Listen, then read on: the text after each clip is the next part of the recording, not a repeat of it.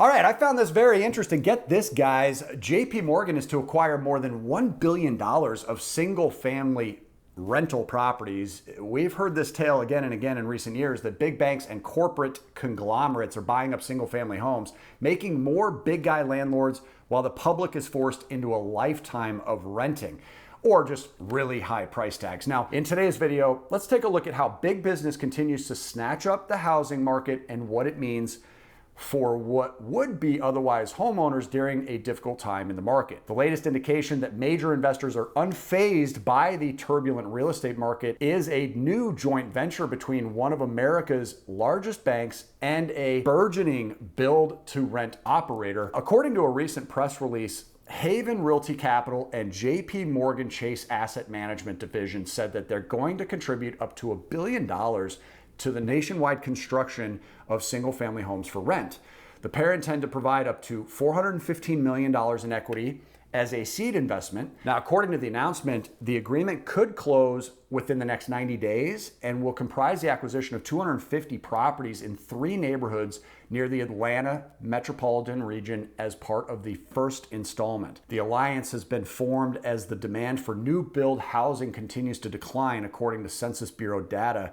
The National Association of Home Builders states that due to rising interest rates and the cost of building supplies, builder confidence is at its lowest point since 2012. However, the partnership will enable Haven to work with home builders who are becoming increasingly comfortable selling entire communities to operators like Haven, according to Sudha Reddy, who's the founder of Haven.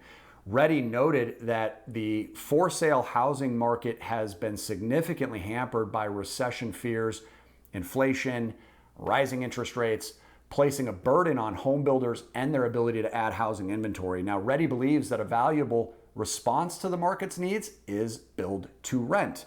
When consumers were not buying houses during the Great Recession, home builders needed a strategy to keep increasing supply.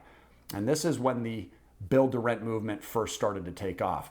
Now, it is a procedure in which developers build a full neighborhood in typically detached single family homes, which are eventually rented out by an operating partner. The pandemic caused a surge in demand for single-family homes and suburban living, which helped to accelerate the trend. With 35 build-to-rent communities in its portfolio worth more than $1.2 billion, Haven Realty has become a market leader on a national scale. JP Morgan is one of a select group of businesses that are developing digital rent payment services for both tenants and landlords.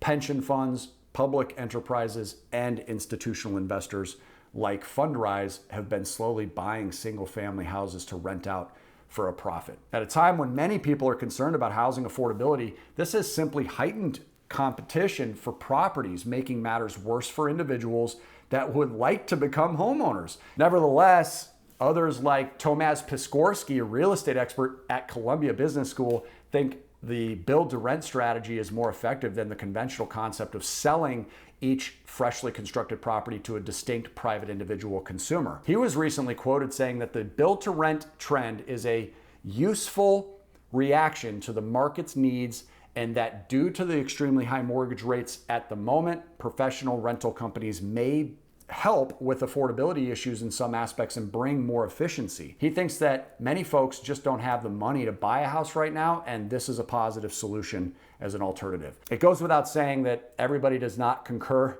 with Piskorski's analysis here, and that brings us to the conversation piece. What do you think of big banks and businesses buying up whole housing communities and offering them for rent? Do you agree with the folks who believe that this is good for the current market, or are you concerned with these big banks and corporate conglomerates buying up single-family homes, creating huge landlords, while the public is forced into a lifetime of renting or paying premium prices because they're obviously forcing prices higher by gobbling up the supply? Now, let us know what you think in the comments section below. I certainly love reading your comments. Just please make sure to keep it civil down there. We're all here for the same reason, to go further, faster financially. I always hope that you enjoyed today's video. If you did, please do subscribe to the channel, share it with somebody else who could use it, and please drop a like. It always helps us in the algorithm.